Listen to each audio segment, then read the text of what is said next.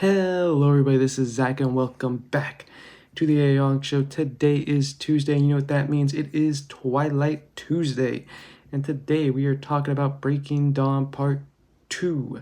That's right, we're talking about Breaking Dawn Part 2, the fifth and final movie in the Twilight saga. And of course like the last third-ish, half-ish of the Breaking Dawn book. A lot to talk about here. I'm not going to recap everything because everyone knows what happens at this point. It's been 13 years. I'm just going to talk about a lot of stuff I liked, disliked about the book. So let's get right into it. And the movie, liked and disliked about both of them. So what did I like and dislike? I mean, again, after everything that happened in the last part, we have this is all Bella as a vampire now. Like the last part of the book and the second movie is just Bella as a vampire. And I mean, with her as a vampire, I'd say it's interesting. I feel like there could have been a little bit more conflict for Bella as a vampire. I mean, it's not like my main gripe with it. I mean, I think it's fine that she was I guess special or whatever. Like she was they said because she was more prepared for it. She knew it was coming and she was more prepared for it and she learned all this history about it. It was easy for her to deal with everything, which I guess is a good explanation about it.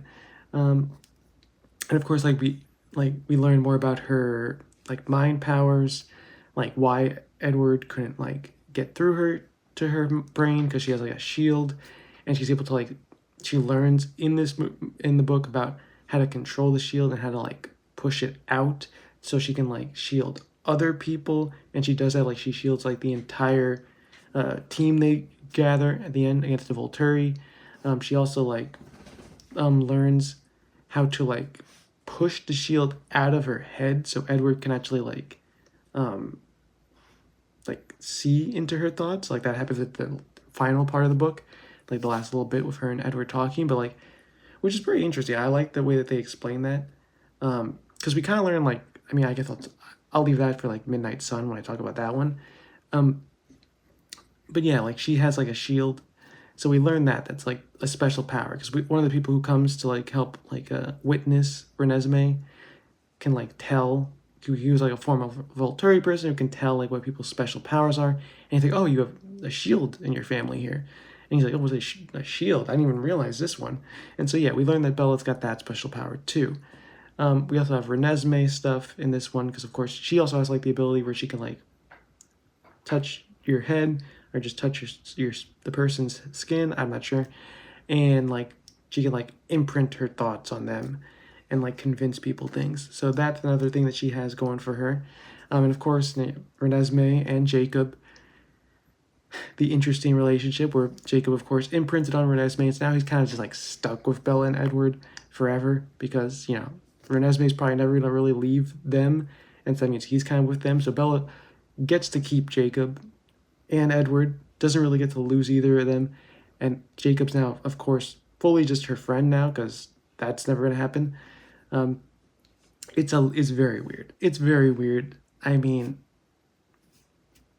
why did he have to imprint on her? Again, I would have been fine if he would have just been very much want to protect Renesmee just because how much he loved Bella, but he also gets his own love interest as well.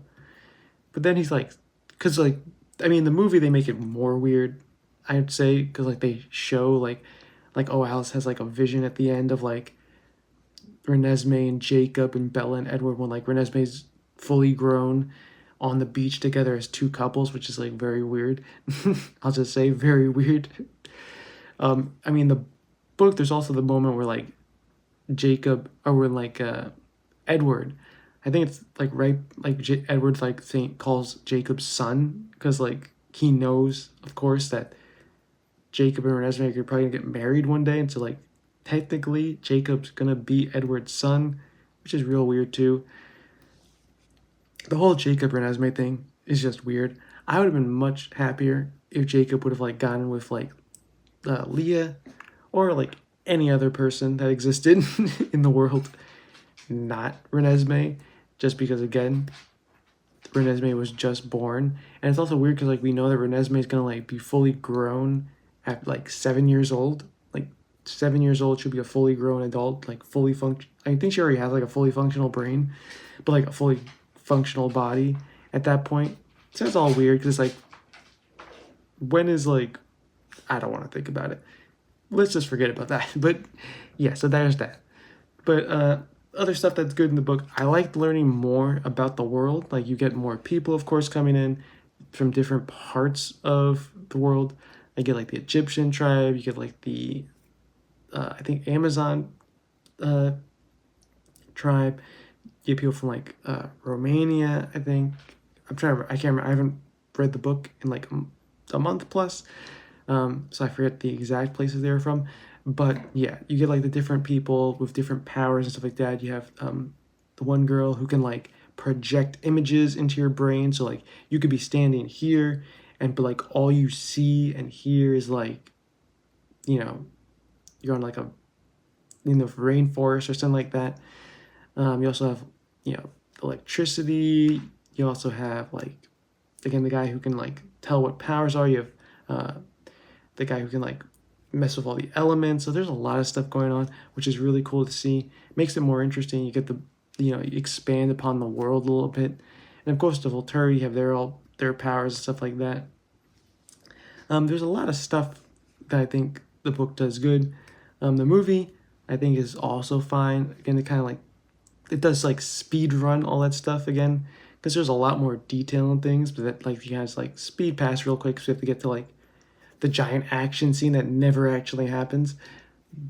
But yeah, what else is there? I mean, there's like the scene when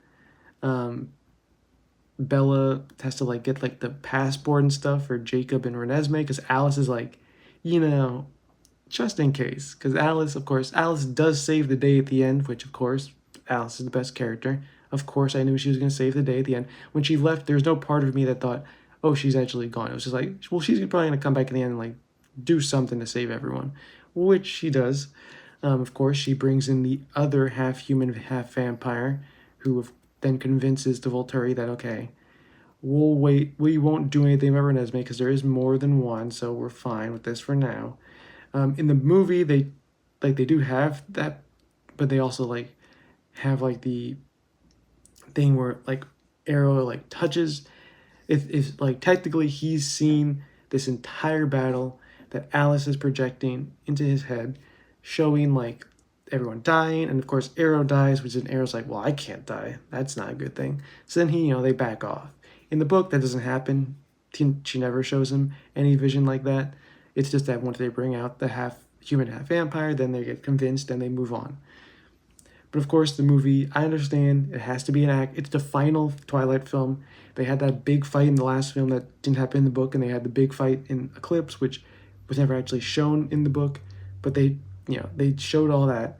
So they needed some sort of like big epic battle. Cause I remember like, even though I didn't watch Twilight when I was younger, I remember the commercials for the film, like Breaking Dawn Part 2. Would be on TV. I remember seeing the commercial. I remember like the scene of them like running towards each other like for the battle, and then like, so I remember that. And then when I read the book, because I read the book before I watched the movies, I read the book, and that never happened, and I was confused because I was like, I distinctly remember the scene of them like running at each other, and that never happened. And then when I watched the movie, I was like, oh, it was just like a whole fake thing that it's just a projection. It was just a possibility. Like if they actually went to battle, this is what would happen. But it never really happened. So yeah, I thought that was a nice way of doing it in the movie. Because again, if they just like did what they did in the book, it's kind of, again, it's good story wise, but it's not really like actiony for a movie. So I understand why they did it. Because like the whole book is like building up to this. Oh my god, what's gonna happen when the Volturi come? And then nothing actually happens. And so it's like, I understand like they kind of like outsmart the Volturi in the book, but that's not as exciting in a movie, in like a big movie theater. Like, oh, they just outsmarted them. You need some sort of like big moment. So you have the big action scene, but technically it didn't really happen. So it's like, okay, you get like the viewers get to see the big action scene. They see Carlisle's head cut off. They see Arrow die. They see all this stuff happening, but it doesn't actually happen. So you get both worlds. It's fine. I mean, the the one thing I did like, of course, is that Jacob, even though again I feel bad for Jacob that he is now trapped in a way, I do like that his relationship with everyone at this point. I wish it wasn't also tied to the fact that he's like imprinted on Renesmee. I wish that they would have just all been cool on aside from that fact. Like if like at this point like he's not imprinted on Renesmee, but he's still like, they all get past their differences and it's like, okay, you're with Edward, we're cool. I don't love you anymore. We're just best friends. Me and Edward are cool. We're buddies. Yeah, I'm like the cool uncle or whatever. I could be like the godfather for Renesmee. That would all be great. That would all be great. But then it's like the weird relationship that Renesmee and Jacob have, which is never again. I know there's like been some like, I know like Stephanie Meyer said that she wanted to like write a book either on like Leah Clearwater or on Jacob and Renesmee. I don't know. I'll read it. 100% I'm going to read it if it happens. But I don't know. It's just, why couldn't Jacob have been imprinted on anyone else or dated anyone else? Why did it have to be Renesmee? Also, I don't really hate the name Renesmee. I know some people hate the name Renesmee. I think it's fine. I think it sounds fine. Like, she put the names together. She put Renee and Esme's name together, Renesmee. It's fine. It's a lot better than Edward Jacob. That would have been weird. Like EJ, Edward Jacob would have been. That'd be really weird. Imagine like it's one thing. Like it's one thing if you like you grow up and you're like, oh, what's my name mean, Mom? Like, why'd you name me Renesmee? Oh, well, it's named after, my mom and Edward's mom, Renesmee. That's okay. And your middle name's named after, I forget what exactly the combination is, but it's named after Carlisle and Charlie. Cool. Then imagine if you're Edward Jacob, EJ, and you grow up and you're like, Mom, why did you name me EJ? It's like, oh, well, I named you Edward Jacob after Edward, your father, and Jacob, the other guy that I was kind of romantic, best friend, weird stuff went on. He kissed me a couple times. He said he was gonna like go like get ended in a vampire battle, but then to get me to kiss him. That guy's also your middle name. Like that's very weird. So good thing that didn't happen. Unfortunate about the whole imprinting thing, but good thing at least Edward Jacob was not the name of the baby, because that would have been weird. Just saying. But yeah, overall, I liked Breaking Dawn. Thought it was a great book. I will, of course, love the Twilight series a lot. And yeah, in the next video, we're going to talk about Midnight Sun, which, of course, I'm currently rereading Midnight Sun and Twilight. I'm doing the tandem read thing where you read like the chapters back to back, so you get to see both perspectives at the same time. I'm really enjoying it. I already read Midnight Sun, but I'm rereading it again now. But yeah, so next week we're going to talk about Midnight Sun, get into all that stuff. We'll talk all about Edward's angst and all his thoughts, which there's a lot, because again, it's like double the size of Twilight. But yeah, a lot there. And of course, we're not done talking about Eclipse or New Moon or Breaking Dawn or even Twilight itself. We'll get into a lot more topics in the future. This is just me going over the essential stuff in the books, but there's a lot more to talk about. There's a lot of like what ifs. There's a lot of like fan theories I want to get into. A lot of like fan thoughts that I see on the internet. We'll get into all those over the next few weeks and stuff like that. So get ready for all that. Leave a like if you like the video. Leave a comment. Let me know what you thought about Breaking Dawn Part 2.